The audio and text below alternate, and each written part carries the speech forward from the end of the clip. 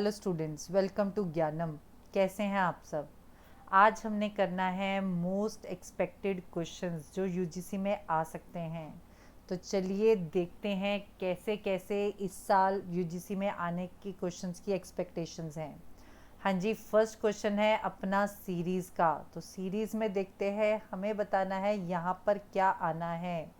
अब सबसे पहले देखिए, जो भी सेंटर में होता है वो क्या होता है, बाहर वालों का एडिशन या सब्ट्रैक्शन या मल्टीप्लिकेशन या डिवीज़न। अब इसमें मैंने देखा कि ये 3 + 2 5, 5 + 2 7, 7 + 4 11। तो 11 × 3 33। अगला देखते हैं, 4 + 3 7, 7 + 2 9, 9 + 5 14, 14 × 3 करें, 4 3 ज़ा 12, 42। पर ये 54 तो नहीं आया।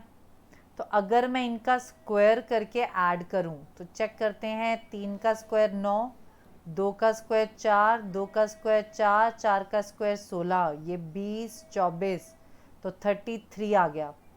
ठीक है, अगला देखिए, 3 का स्क्वायर 9, 2 का स्क्वायर 4, 4 का स्क्वायर 16, 5 का स्क्वायर 25, तो ये आ गया 20 और 25 45, 45 + 9 54 आ गया।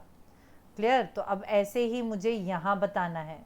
तो यहाँ देखिए, 6 का स्क्वायर 36, 3 का स्क्वायर 9, 4 का स्क्वायर 16, 5 का स्क्वायर 25।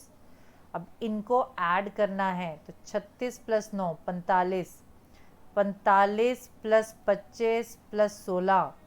अब देखिए, 45 में 5 ऐड किया 50, 20 70 86। तो मेरे फर्स्ट क्वेश्चन का आंसर आ गया 86। इन सब का स्क्वायर और फिर उन सब को क्या कर दिया, ऐड। तो मेरा आंसर आ गया 86। चले, अगला क्वेश्चन है अपने पास। मुझे इसमें बताना है, स्प्रिंग का कोड ये दिया हुआ है,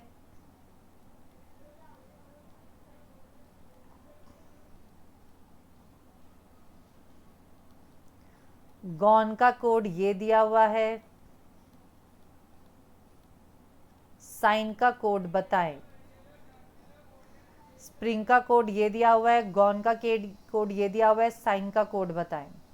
अब साइन में देखिए, मेरे पास कॉमन वर्ड्स के कॉमन कोड। अब यहाँ देखिए, जब मेरे पास सिंबल्स आ गए तो मुझे क्या करना है, सिंबल से कोड बताना है। अब यहाँ देखिए, जी कॉमन इक्वल, एन कॉमन 4। तो जी और एन कॉमन और इनका कोड क्या है, इक्वल और 4, यानी कि कॉमन वर्ड्स के कॉमन कोड। तो जब कॉमन वर्ड्स के कॉमन कोड होते हैं तो मुझे सिंपल कॉपी करना है। अब मुझसे पूछा है साइन का कोड बताएं, तो एस का कोड क्या आ जाएगा, हैश। आई का कोड क्या आ जाएगा, @ जी का कोड क्या आ जाएगा, इक्वल। एन का कोड क्या आ जाएगा, 4। तो हैश @ =4, हैश @=4। तो साइन का कोड आ जाएगा हैश @=4। हाँ जी, अगला कोड है लॉजिक का कोड है BHFNK। क्लर्क का कोड बताएं। अब मैंने लॉजिक का कोड यहाँ पर देखना है कि कैसे बना। अब मैंने पोजीशन वैल्यूज डाली,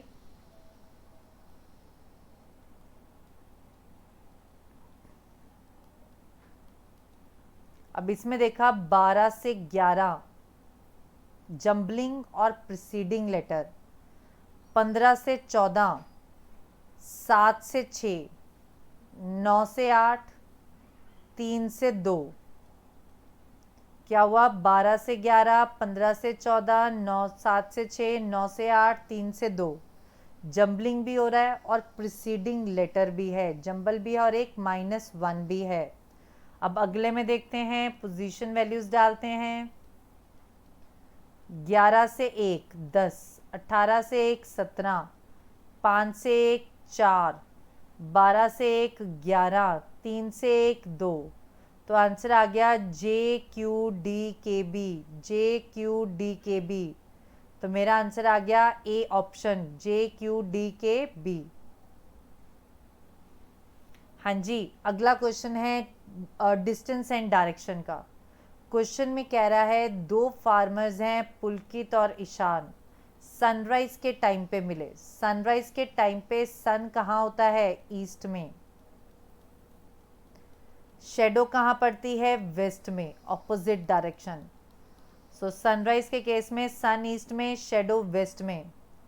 पुलकित sees Ishan shadow on his own left. अब देखिए हमारे पास जब दो बंदे आमने सामने हैं, या तो वो ऐसे होंगे या वो ऐसे होंगे। ये कब होंगे? जब होगा उसके पीछे शेडो पड़ रही है या इसके फ्रंट पे शेडो पड़ रही है, इसके बैक पे शेडो है या इसके फ्रंट पे शेडो है। ठीक है, तो ये दो बंदे होंगे। अगर वो बोलेगा उसके लेफ्ट या राइट पे शेडो है तो वो ये बंदे हो जाएंगे, ये नहीं होंगे, वो ये बंदे हो जाएंगे। ठीक है, तो लेफ्ट राइट पे शेडो यहाँ आ जाएगी।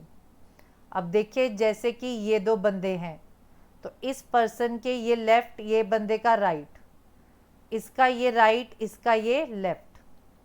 ठीक है, अब क्वेश्चन में देखते हैं बिहाइंड फ्रंट है कि लेफ्ट राइट है। अब क्वेश्चन में कह रहा है Pulkit sees Ishan shadow on his own left. Pulkit को ईशान की शेडो कहाँ दिख रही है? अपने लेफ्ट साइड पे। अब लेफ्ट साइड पे शेडो दिख रही है, तो लेफ्ट साइड पे शेडो ये, तो ये आ जाएगा पुलकित। पुलकित के लेफ्ट साइड पे शेडो है, और किसकी शेडो है? ईशान की, तो ये आ जाएगा ईशान। पुलकित के लेफ्ट साइड पे शेडो आ रही है, तो ये आ जाएगा लेफ्ट। एक तो लेफ्ट ये है पर यहाँ कोई शेडो नहीं है, तो ये आ जाएगा पुलकित। और पुलकित के लेफ्ट साइड पे शेडो है किसकी? ईशान की। अब क्वेश्चन में पूछा जा रहा है ईशान कहाँ को फेसिंग है, तो ईशान कहाँ को फेसिंग है? फेसिंग साउथ, तो ईशान फेसिंग है साउथ। तो मेरा आंसर आ गया फोर्थ का बी। चलें अगला क्वेश्चन है इंसर्ट द मिसिंग फिगर। तो मुझे बताना है कि इसके आगे क्या आना है। अब ये 8 क्या है? 2 का क्यूब। ये क्या है? 3 का क्यूब। ये क्या है? 4 का क्यूब, 5 का क्यूब, 6 का क्यूब। अब जो मेरा आंसर होगा या तो 7 की क्यूब होगा या 1 का क्यूब होगा। अब 7 का क्यूब क्या होता है? 343। 1 का क्यूब 1, 1 तो है नहीं, तो 343। हाँ जी, अब इस क्वेश्चन में पूछा है कि बताए इसका किससे क्या रिलेशन है। Stable is related to horse. अब स्टेबल में कौन रहते हैं? घोड़े, तो स्टेबल किससे रिलेटेड है? हॉर्स से। तो नेस्ट इज रिलेटेड टू, तो नेस्ट में कौन रहता है? बर्ड्स। अब मुझे यहाँ पर मिसिंग फिगर बतानी है कि इस फिगर में क्या आएगा आगे। अब इसमें देखा क्या आएगा? +23। अब अगले में देखिए तो +46, अगले में देखें तो +69, अगले में देखें तो प्लस, ये अगर देखा जाए तो 23 ऐड हो रहा है। 69 में 23 ऐड किया,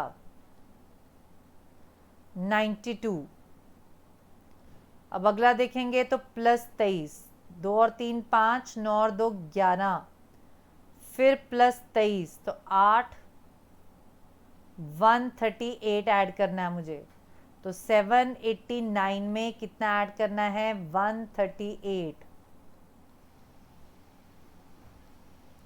आंसर आ गया 927। तो मेरा आंसर आ गया 927। डबल डिफरेंस से आ गया, सिंगल डिफरेंस से नहीं पता चला, डबल डिफरेंस किया तो 23 बढ़ रहा है। चलें अगला देखें, अगले में क्या हो रहा है। बैक से स्टार्ट किया, 8 2 16 +4, 20 × 2 40 +4 × 2 +4 × 2 +4, यह आ जाएगा 182 84 +4 × 2 +4। तो यहाँ पर भी क्या रखें जिससे × 2 करें और +4 आएगा? 2 रखेंगे। तो यहाँ पर अगर मैंने 2 रखा तो 2 × 2 4 +4। ठीक है, तो 2 2 4, 4 में 4 ऐड किया कितना आ गया? 8। तो मेरा आंसर आएगा 2 ऑप्शन, तो ऑप्शन आ गया बी। अब इस सीरीज को कंप्लीट करना है। अब बच्चे इसमें बहुत दिमाग लगाते हैं, पर ये क्वेश्चन है थोड़ा सा tricky.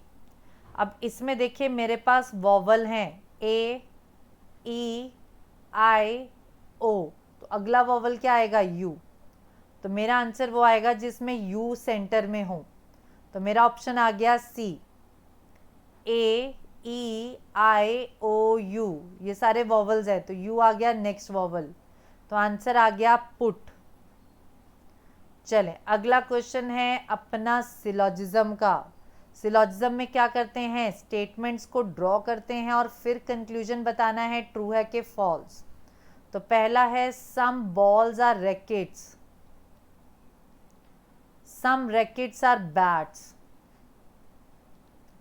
All bats are nets. हाँ जी, ये बन गई statement.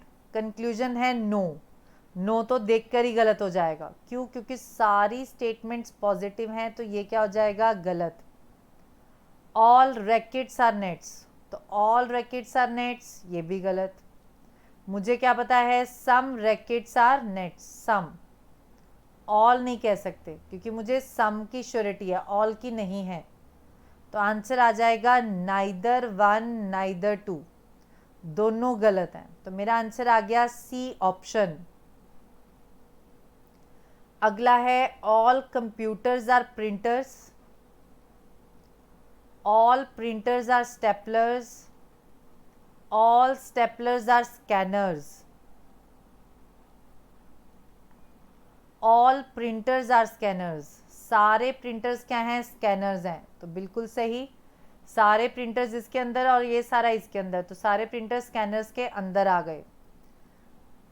Some staplers are computers, तो सम स्टेपलर्स आर कंप्यूटर्स, ये भी सही। स्टेपलर्स के अंदर ये भी है और ये भी है, तो स्टेपलर के अंदर ये भी और ये भी है, तो स्टेपलर के अंदर ये तीनों चीज़ें आ गई। तो सम स्टेपलर आर कंप्यूटर, बिल्कुल सही। तो आंसर आ गया बोथ 1 एंड 2, डी ऑप्शन। अगला क्वेश्चन है चार दिए हुए हैं, 3 एक जैसे हैं, एक अलग है, तो जो अलग है वो बताना है। अब देखिए मार्च 31 का होता है, दिसंबर भी 31 का होता है, जुलाई भी 31 का होता है, पर जो फरवरी है या तो 28 का होगा या 29 का। तो ऑड वन आउट कौन सा हो गया? फरवरी, क्योंकि ये सारे 31 के हैं, पर जो फरवरी है वो कौन सा होगा? 28 या 29 का। अगले में कह रहा है 4 में से 3 एक जैसे हैं और एक अलग है, तो जो अलग है वो बताएं। अब इसमें देखें डे तो सबका सेम है, डी स्मॉल और ए वाई कैपिटल, डी स्मॉल और ए वाई कैपिटल।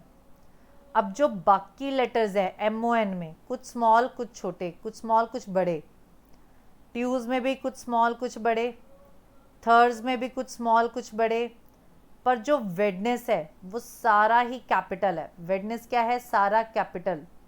तो ऑड वन आउट, क्योंकि इसमें सारा कैपिटल है, बाकियों में क्या आ रहा है? मिक्स। चलें अगले में भी कह रहा है find the odd one out. 4 दिए हैं, 3 एक जैसे हैं, एक अलग है, तो जो अलग है वो बताना है। तो चलिए पोजीशन वैल्यूज डालते हैं। 16, 18, 21, तो इसमें बड़ा 2, इसमें बड़ा 3। अगला करते हैं 3, 5, 7, 2 बड़ा 2 बड़ा।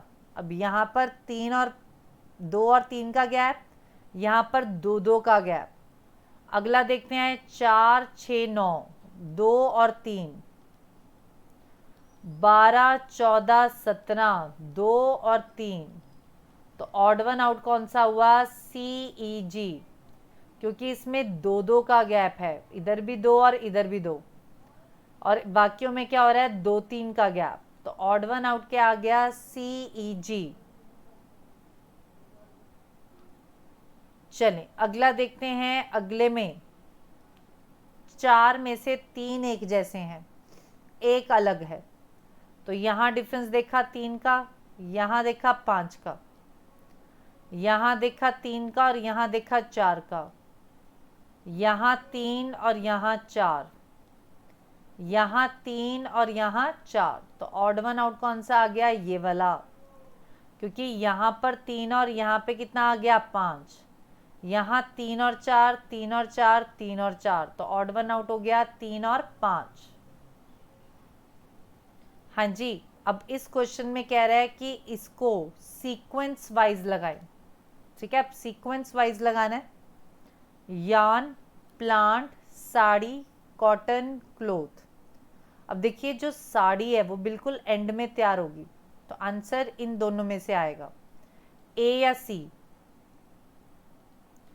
ठीक है, अब साड़ी लास्ट में आएगी, यहाँ पे 1 यान बाद में दिया हुआ, तो ये नहीं होगा।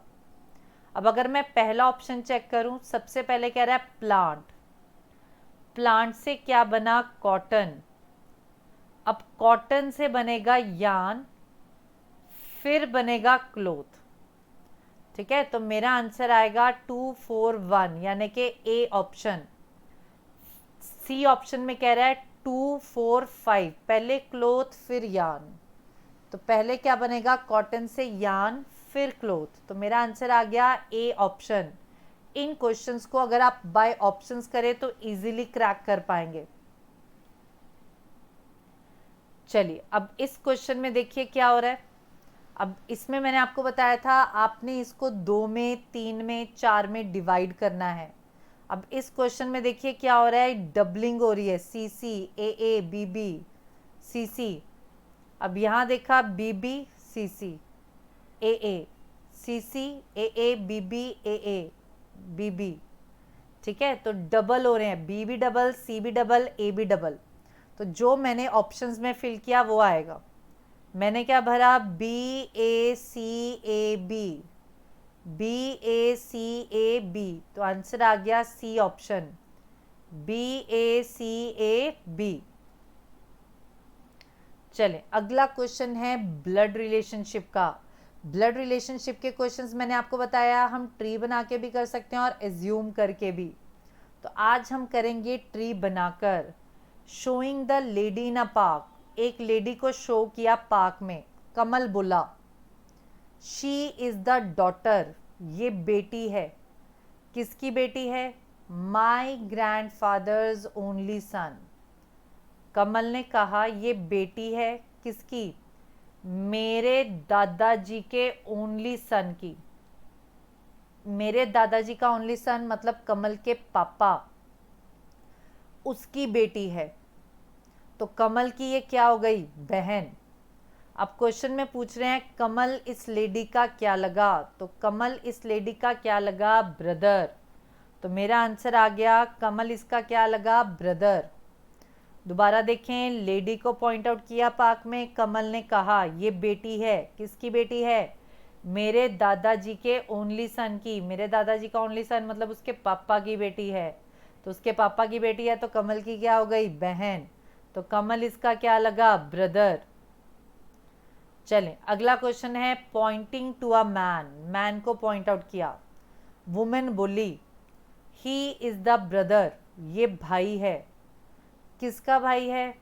माई अंकल्स डॉटर, ये भाई है स्पीकर के अंकल। स्पीकर के अंकल कैसे बनाएंगे? पहले स्पीकर के पापा बनाए, पापा का भाई बनाया, स्पीकर के अंकल बन गए, अंकल की डॉटर का भाई है, तो मतलब उसका क्या हो गया? कजन। अब क्वेश्चन में पूछ रहे हैं मैन इस वुमेन का क्या लगा, तो मैन था ये और ये वुमेन थी स्पीकर, तो ये मैन इस वुमेन का क्या लगा? कजन। तो मेरा आंसर आ जाएगा कजन। चले दोबारा देखें, इस मैन को पॉइंट आउट करके वुमेन ने कहा ये भाई है। किसका भाई है? मेरी अंकल की डॉटर का। तो मेरी अंकल, तो मेरे अंकल बनाने के लिए पहले उसके पापा बनाए, पापा का भाई उसकी डॉटर का भाई है, तो मैन इसका क्या लगा? कजन। चले, pointing to a man in a photograph, man को पॉइंट आउट किया फोटोग्राफ में। वुमेन ने कहा his brother's father, his brother's father, इसके ब्रदर के पापा। मुझे इसका जेंडर नहीं बताया,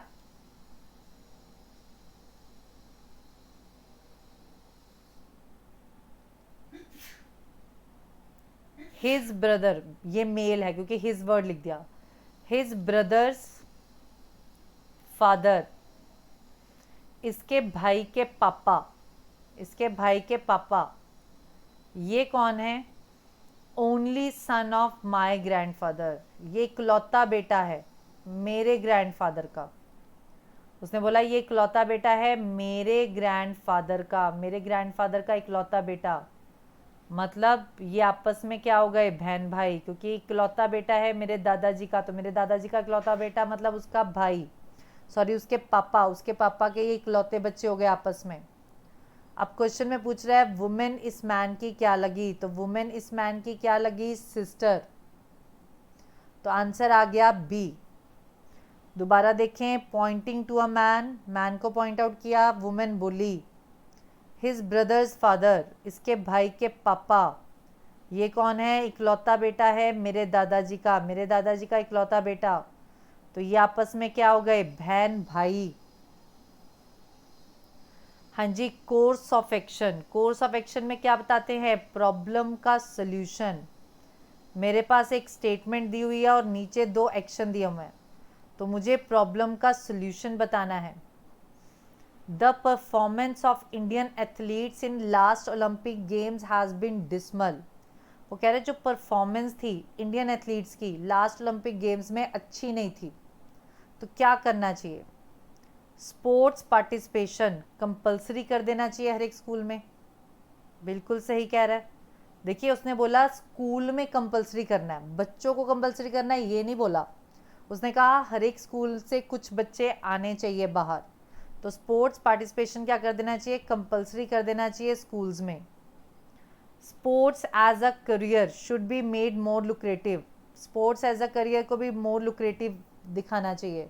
जैसे आपको पता होगा स्पोर्ट्स कोटा भी होता है, ठीक है, तो स्पोर्ट्स कोटा की अगर आपको अगर ऐसे आप करते हैं तो आपको पार्टिसिपेशन के मार्क्स मिलते हैं, आपके नंबर जुड़ जाते हैं, 5% या 3% और मिलते हैं, तो दोनों सही हैं। ऐसा करने से बच्चा स्पोर्ट्स में पार्टिसिपेट करेगा, और बच्चा पार्टिसिपेट करता है स्कूल्स में, स्कूल से ही, कॉलेज में जाके पार्टिसिपेट नहीं करता। अगर वो स्कूल में ही इंटरेस्ट बनाएगा तभी वो पार्टिसिपेट कर पाएगा।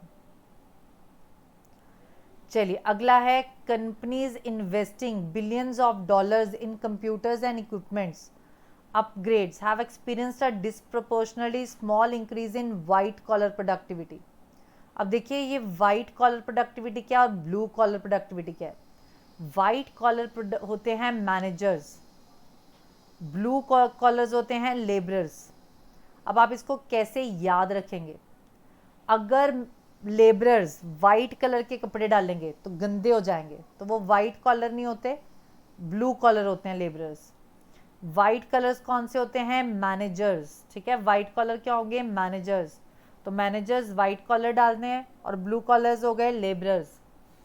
वो कह रहा है कि जो कंपनी बहुत सारे पैसे इन्वेस्ट कर रही है कंप्यूटर्स में, इक्विपमेंट्स में, उनको लग रहा है कि उनको मैनेजर्स कम हायर करने पड़ रहे हैं क्योंकि वो कंप्यूटर सारा काम संभाल लेते हैं।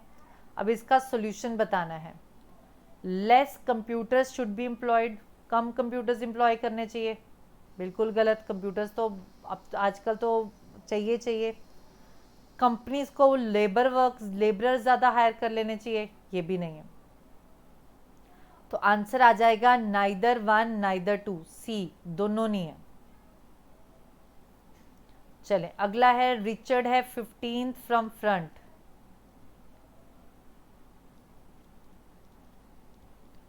There were thrice as many behind him as there were in front. वो कह रहा है उसके पीछे 3 गुना जने हैं जितने उसके फ्रंट में हैं। अब उसके आगे कितने हैं? 14 बच्चे, उसके 3 गुना उसके पीछे हैं। 14 बच्चे आगे हैं, 14 के 3 गुना, जितने आगे हैं उसके 3 गुना पीछे है, ये हो गए 42। अब टोटल बच्चे अगर देखें तो 14 प्लस एक रिचर्ड प्लस 42 कितने हो गए? 57। टोटल बच्चे कितने हो गए? 57। अब वो कह रहा है कितने बॉयज हैं रिचर्ड और 7th बॉय जो एंड में है उनके बीच में। रिचर्ड है 15th front, 7th boy from and, इनके बीच के बच्चे बताएं। अब बीच के बच्चे निकालने के लिए आपको मैंने एक तरीका बताया था, लेफ्ट राइट प्लस बीच के बच्चे, लेफ्ट राइट प्लस बीच के बच्चे इक्वल्स टू टोटल बच्चे। तो ये आ गया 22 प्लस एक्स, तो x आ जाएगा 35 बच्चे। तो बीच में कितने बच्चे आ गए? 35। रिचर्ड है 15 फ्रॉम फ्रंट, जितने उसके आगे हैं उसके 3 गुना उसके पीछे हैं। तो टोटल बच्चे आ गए 14 प्लस 1 प्लस 42, 57। अब मुझसे पूछा है रिचर्ड और 7th बॉय जो एंड में है उनके बीच के बच्चे बताएं। तो 15 plus x plus 7 equals to 57। तो x आ जाएगा 35। चलें अगला क्वेश्चन है, in a row of 40 boys, 40 children, 40 children की रो है। P है 13th from left and Q is 9th from end. P 13th है लेफ्ट से, Q 9th है एंड से। वो कह रहा है कितने बच्चे हैं P और R के बीच में। अगर R जो है वो कहाँ पर है? Q के 4th लेफ्ट में। अब Q का 4th लेफ्ट, अब इसका 4th लेफ्ट इधर को आएगा, ये आ गया R। 10 11 12 13, 4th लेफ्ट है 1 2 3 4। तो ये 9th है, तो ये आएगा 10th, ये 11th, ये 12th और ये 13th।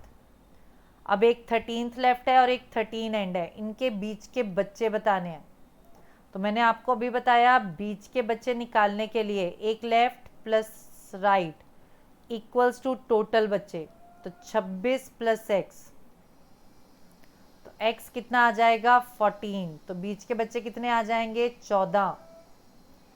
13 plus 13 26, 26 plus x equals to 40। तो x कितना आ गया? 14। तो बीच के बच्चे कितने आ गए? 14। चले 2 क्वेश्चन और। हाँ जी, एजम्पशंस, एजम्पशंस में क्या होता है? छुपी हुई बात। तो मुझे छुपा हुआ बताना है कि इनके बीच में क्या छुपा हुआ है। Despite brilliant innings bye Tendulkar, Tendulkar ने बहुत अच्छी इनिंग्स बनाई। India could not win the match, India match हार गया।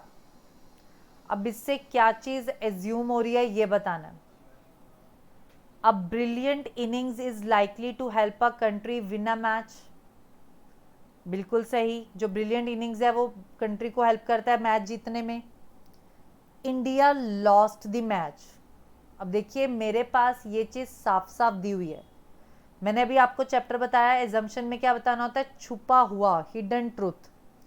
इंडिया लॉस्ट द मैच, तो ये छुपा हुआ नहीं है, ये तो साफ साफ लिखा हुआ है India could not win the match, India match हार गया। तो ये नहीं होगा। Tendulkar made a good individual score, अब देखिए ये भी लिखा हुआ है ब्रिलियंट इनिंग्स बाय तेंदुलकर, तो ये भी नहीं होगा। तो आंसर आएगा ओनली फर्स्ट। और बच्चे इसमें मार्क करके आते हैं कि तीनों सही हैं। अब देखिए सेकंड और थर्ड छुपा हुआ नहीं है, ये तो साफ साफ पता चल रहा है। और एजम्पशन में क्या होता है? छुपी हुई बात। क्लियर? चलिए आज का last question. The epidemic did not spread to a large extent, जो एपिडेमिक है वो लार्ज एक्सटेंट तक स्प्रेड नहीं हुआ। Thanks to effective prevention measures by the authorities, thanks करो जो इफेक्टिव प्रिवेंशन मेजर्स लिए अथॉरिटीज ने। अब इससे क्या छुपा हुआ पता चल रहा है? एपिडेमिक वॉज लीथल, लीथल मतलब खतरनाक, ऐसा तो कुछ नहीं कहा उसने। उसने ये कहा कि एपिडेमिक फैला नहीं, ठीक है। थैंक्स करो कि हमने पहले ही मेजर्स ले ली थी। Epidemic was likely to spread, वो फैल सकता था, तो सेकंड हो सकता है। Authorities are alert at bad times, अब देखिए ये तो अच्छे टाइम्स में अथॉरिटीज को अलर्ट कर दिया था, तभी उसने एक्शन ले लिया।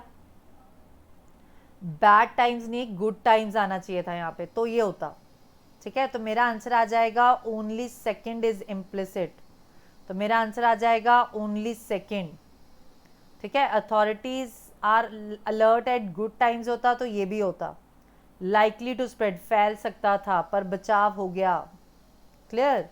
तो चलिए ऐसे ही आने वाली वीडियोस में हम और क्वेश्चंस लेकर आते रहेंगे। ज्ञानम के साथ जुड़े रहें, बने रहें और पढ़ते रहें। Thank you. हमारे चैनल को सब्सक्राइब भी कीजिए, वीडियो को लाइक और शेयर कीजिए। Thank you so much.